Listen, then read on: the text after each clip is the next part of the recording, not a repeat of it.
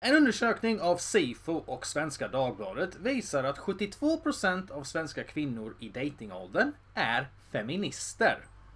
Jag tänker gissa på att det här har gynnat företag som Alvedon och Ipren något galant. För jävlar vilken huvudvärk svenska män måste ha. Kan du tänka dig få en föreläsning om patriarkatet efter varje samlag? Jag gissar även på att detta knyter an till varför hela 10% av svenska män köper sex. Det är väl ganska rimligt, va? Jag menar, hur mycket tolerans kan man egentligen kräva av folk? Kom igen! Samtidigt som Sverige har flest feminister per capita på datingmarknaden i hela världen har Sverige även flest incels i världen sett till befolkningsmängd. Samtidigt är Sverige landet där begreppet solidaritet är en av de mest uttjatade klyschorna i samhällsdebatten, samtidigt som ensamhet och utanförskap kan betraktas vara sociala pandemier. Det är ganska uppenbart för mig hur dessa två siffror reflekterar varandra. Eller är jag helt ensam om den förklaringsmodellen? I så fall kan jag bara rekommendera att du ser den här videon ännu mer. Idag ska vi utforska hur de två motsatserna reflekterar varandra, så se till att du kollar färdigt på hela videon innan du avfärdar mig som problematisk förtryckare. För att lyfta en annan statistik så identifierar sig 15% av min publik som incels eller MGTOWs. Låt mig då kort förklara vad orden innebär. Incel betyder ofrivilligt celibat, män som slåtts ut ur datingmarknaden och som stuvar i bitterhet, medan MGTOW står för män som går sin egen väg i livet, det vill säga män som tröttnat på vad feminismen har gjort med västerländska samhällen. Så pass att de har blivit könsseparatister som protesterar äktenskap såväl som samlag. Här kan man se hur de två olika miljöerna kanske korsar över gällandes problembeskrivning, men är ganska motsatta varandra i filosofi och känsloliv, då MGTOWs inte är ofrivilligt celibata eller ens nödvändigtvis bittra. De är istället bara genuint trötta på den låga kvaliteten av sakernas tillstånd. De anser att de förtjänar bättre och dedikerar sina liv till personlig framgång. Vilket, ironiskt nog, är just precis vad som brukar göra att kvinnor lättare flockas till dig. Så metodiken är ju sympatisk. Det är klart det är sunt att ägna livet åt din personliga karaktärsutveckling och framgång. Men själva ideologin gör att dessa män till och med tackar nej till goda resultat när eventuella könskamrater kandiderar. Personligen så kan jag tycka det är synd att så många män inte har utvecklat en känslomässig intelligens, vilket också agerar som en slags psycho-bitch-radar och inte doppa i galenskap. Det känns som att det kan vara lite grundekvationen här. Därav är jag sympatisk till MGTOW-metodiken, men inte själva ideologin. För det finns många goda kvinnor där ute. Men det är inte vad vi ska prata om i dagens video, för vem fan hade blivit underhålld av det? Nej. Vi ska roasta folks rövhål, okej? Män eller kvinnor, det spelar ingen roll. Du har anlänt till en arg blatte och alla era rövhål är i trubbel nu, okej? Du kanske kan muta mig genom att slänga iväg en liten swish-summa om du vill att jag ska fortsätta göra såna här videor.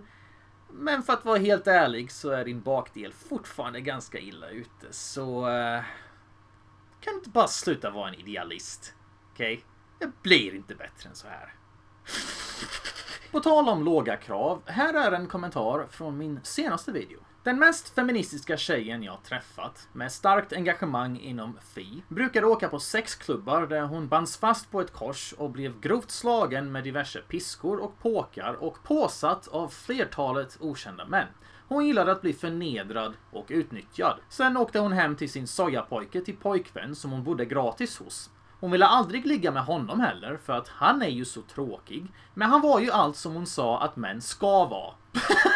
Okej, nej, det låter helt rimligt. Idag ska vi prata om moralpaniken i vänsterliberala medier och hur de allt oftare beskriver incels som ett samhällsproblem. Dessa farliga, ensamma, unga, vita män som ingen vill ha. Med en mångfald av rubriker i stil med: Sverige är det mest inceltätaste landet i hela världen. De förenas i kvinnohat och utseendesfixering. Totalt har 10 dödliga attacker utförts världen över och Säpo vill övervaka den här miljön mer istället för att övervaka AFA och BLM, va?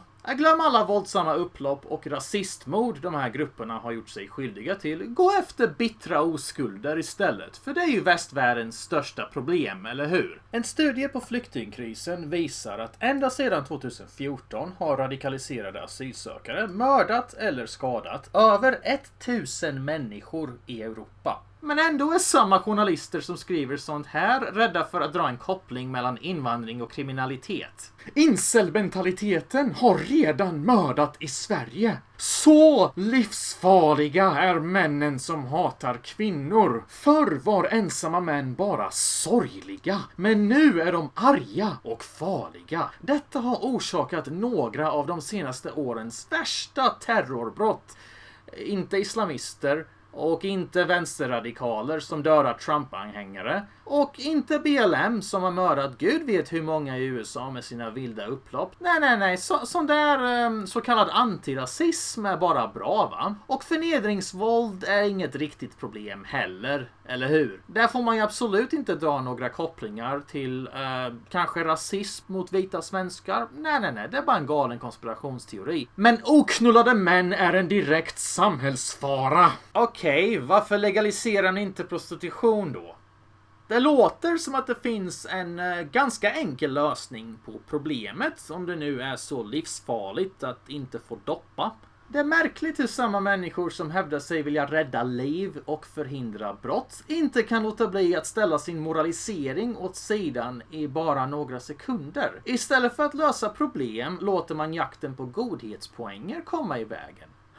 Dessa rubriker kommer alltså från samma jävla medier som har byggt upp feminismen och gett manshatet bästa sändningstid. Varför tror folk att det finns incelmän egentligen?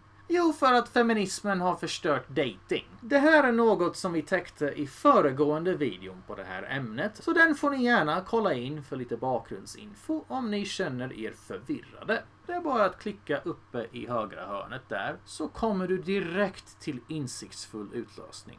I denna video vill jag istället gå igenom aktuell forskning som knyter an till incel-problematiken och står i direkt kontrast till vänstermediernas problematiska manshat. Detta knyter även an till vad jag lyfte i min senaste video om genusfällan. Citat. För många incelmän tycks självhatet och självföraktet vara minst lika centralt som, om inte mer centralt än, fientligheten mot kvinnor. Alla incelmän är förbittrade och missnöjda med sin livssituation. En del är misogyna och även antisemitiska, men de allra flesta spårar inte ur. Många har en autismdiagnos och lider av ångest och självmordstankar. Tendensen idag på aggregerad nivå är att män som är lågutbildade och lågavlönade mer sällan får barn än sina högutbildade bröder. Uppfattat misslyckade män får inte ligga, vilket är en tickande bomb eftersom samhällen med ett överskott på singelmän också enligt forskningen är mer otrygga och mer våldsamma. Slutstat. Här vill jag inflika med en annan artikel som handlar om hur invandringspolitiken har gjort att Sverige har större könsobalans än Kina. För i Sverige vill man könskvotera precis allting förutom flyktingar. Troligtvis för att kvinnorna som styr Sverige inte gillar konkurrens. Naturligtvis har massinvandringen samverkat till incel-problematiken. Inte minst för att man ser tjejer hellre knulla gangstermedlemmar än att ge ett hederligt trevligt sossfall en chans. En professor beskriver vad hennes forskning har kommit fram till i en väldigt viktig artikel som publicerades på Göteborgs-Posten. Citat: samhällen med ett överskott av män tenderar att utveckla fler våldsbrott, fler egendomsbrott och brott riktade mot kvinnor. Abnorma skillnader i könsfördelning är definitivt inte den enda orsaken till ökad brottslighet. Men forskningen visar att en ökning av antalet män i förhållande till kvinnor kan kopplas till ökningen i antalet brott. Unga vuxna män utför fler brott än någon annan kategori i samhället, och marginaliserade män känner ett ännu större utanförskap när det dessutom råder ett underskott av kvinnor i deras åldersgrupp. Detta gäller även när den ojämna könsfördelningen inte beror på invandring, som i till exempel Kina och Indien. Dessutom tenderar dessa marginaliserade män utan partner att samlas i grupper eller gäng. Forskningen visar att sådana här grupper av män är benägna att ta avsevärt större risker och uppträda utanför de sociala ramarna än vad de hade gjort var och en för sig. Kriminella gäng är en naturlig följd av detta, och Göteborg är inte obekant med konsekvenserna av dessa gängbildningar. Grupptrakasserier och ofredanden av kvinnor är fler exempel på asocialt beteende hos dessa gäng. Under sådana här omständigheter blir kvinnors möjligheter att röra sig fritt ute på offentliga platser mycket svårare. För att påminna oss om detta så kan vi bara kolla på massövergreppen på kvinnor i Köln under nyårsafton 2015, såväl som festivalen We Are Stockholm. I en annan artikel beskriver denna professor även hur detta kopplar an till överrepresentationen av våldtäkt bland invandrare, samt hur det även leder till mer trafficking och tvångsäktenskap, vilket är något man ser med män som har lockats till att gå med i Islamiska staten eller Boko Haram. Där lovas man ofta just möjligheten till att få gifta sig. För att sammanfatta ekvationen något förenklat, ju högre andel ofrivilliga manliga singlar, desto vanligare blir det med olika former av våldsbrott. När medier skriver om incelmän som potentiella terrorister och mördare så är det intressant hur de utelämnar faktumet att migrationspolitiken de har hetsat fram i decennier också gör folk potentiella terrorister och mördare. Detta då migrationspolitiken har gått ut på att Sverige ska ha en större könsobalans än Kina. Det är alltså inte bara vita män det handlar om här, det handlar om män överlag. Eller rättare sagt, hur vänsterliberala feminister och deras politik påverkar män. Och då i längden även kvinnor. Samma jävla medier som oroar sig för incels flörtar med importerade gängkriminella och kräver att samhället ska ha större förståelse för gangsterrappare med kriminell bakgrund. Åsiktskorridor är när svensk media tycker vi ska lyssna och förstå dömda kriminella rappare som gör sig populära med sin musik om att skjuta folk. Men bävar inför tanken att lyssna och förstå folk som röstar på SD. Där har du en annan faktor i varför en människa kanske radikaliseras. Det konstanta vi mot dem-tänket. Och den vulgära avsaknaden av allas lika värde vi konstant präglas med i denna vänsterliberala utopi. I förra videon på ämnet så täckte vi forskning som visar att kvinnor i stor grad väljer partner baserat på ekonomi, utbildning och status. Om en man befinner sig under deras egna status faller han bort som potentiell partner. Ha då i åtanke att kvinnor numera är i majoritet på universiteten, medan mäns utmaningar inom skolväsendet har glömts bort helt och hållet. Begravt under alla skandalrubriker om hur kvinnor är mest förtryckta i den feministiska genusutopin Sverige. Men jag tänker även spekulera i att en stor faktor är den teknologiska utvecklingen. På sätt och vis har internet gjort oss alla mer autistiska. Och du vet att det är illa när jag med min autismdiagnos tittar runt och reagerar och tänker vad fan är det som händer? Du förstår min son, förr i tiden så brukade varje man behöva möta en prövning i livet. Ett mandomsprov som kallas dating. Innan det fanns en sådan sak som internet så hade du inte möjligheten till copingmekanismer och något att fly till. Du lämnades med ett enda brutalt val. Antingen går du fram till en tjej och skämmer ut dig, vilket bygger karaktär i längden. Eller så sitter du framför datorn med tillräckligt mycket tid på dig att utvecklas till något konstigt och missanpassat. Där det dessutom finns all porr du hade kunnat föreställa dig. Nog för att varje dag tänka, jag tar det imorgon. Jag tar det imorgon. Jag tar det imorgon. Först ska jag gå igenom mina 50 Pornhub-tabs och undersöka den perfekta utlösningen. Det här gör då även att du inte behöver möta din potentiella ensamhet på riktigt. Med teknologin så luras du att det finns saker som är lika bra eller att det löser sig sen. Och du skjuter upp ensamheten som en konsekvens till en avlägsen framtid. Innan det fanns datorer, spel och skärmar att distrahera dig med så tvingades du istället sitta ensam i ett rum utan teknologi och fundera, hur jävla många böcker orkar jag läsa idag egentligen? 0? Okej. Fan, det finns ju en hel värld där ute. Det här skapade en existentiell press, en sund smärta som tvingade dig ut i världen för att utveckla social intelligens och känslomässig intelligens. Om inget annat via en lång kedja av trial and error som eventuellt slutar i en man med karaktär. Men idag blir du istället bara bedövad. Med tiden bygger detta fram ett samhälle där män groomas till att ingå i diverse coping-mekanismer. Där teknologin får den ersättande rollen av en metafysisk lösfitta. Och ju längre tid det går, desto mindre utvecklar du din sociala intelligens. Desto mer prestationsångest bygger du upp inför dating och sociala situationer. Vilket då antingen slutar med att du inte försöker alls eller att du ger upp för lätt. Förr i tiden så tvingades konstiga, missanpassade autistiska män att till slut anpassa sig. Vilket gjorde att till och med Einstein fick ligga. Han slutade aldrig knulla faktiskt.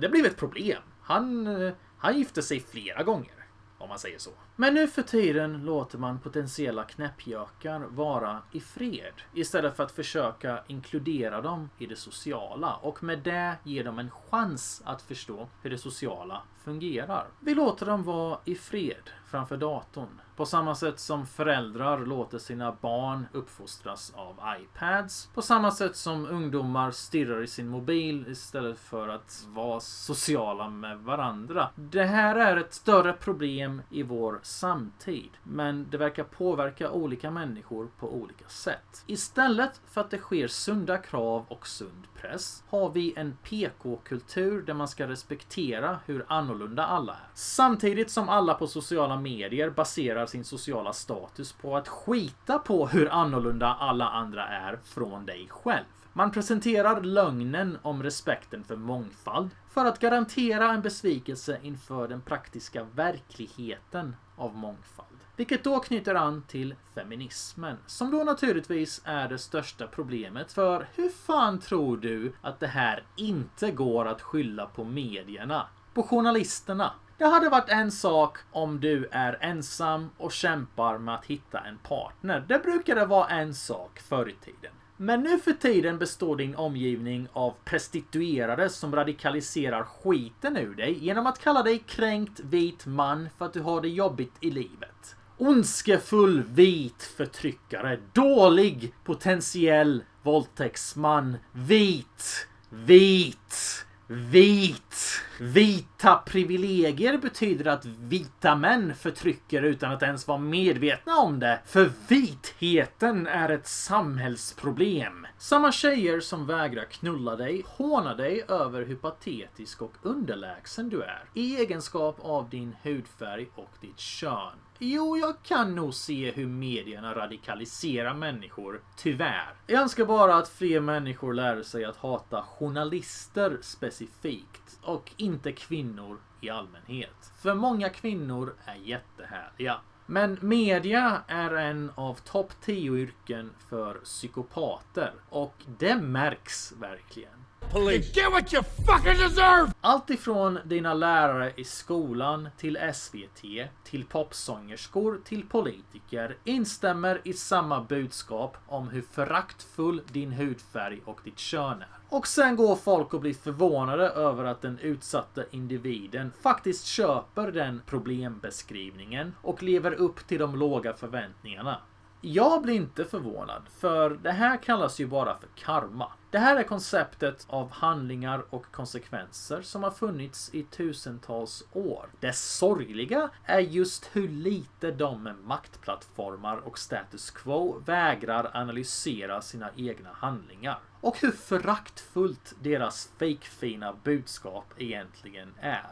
I detta ser jag faktiskt inte hur de skiljer sig från incels som vägrar att ta större ansvar för sitt egna liv. Människor reflekterar varandra. Om ingen tar personligt ansvar får vi i längden bara ett samhälle där människor reflekterar varandra och reflekterar just det.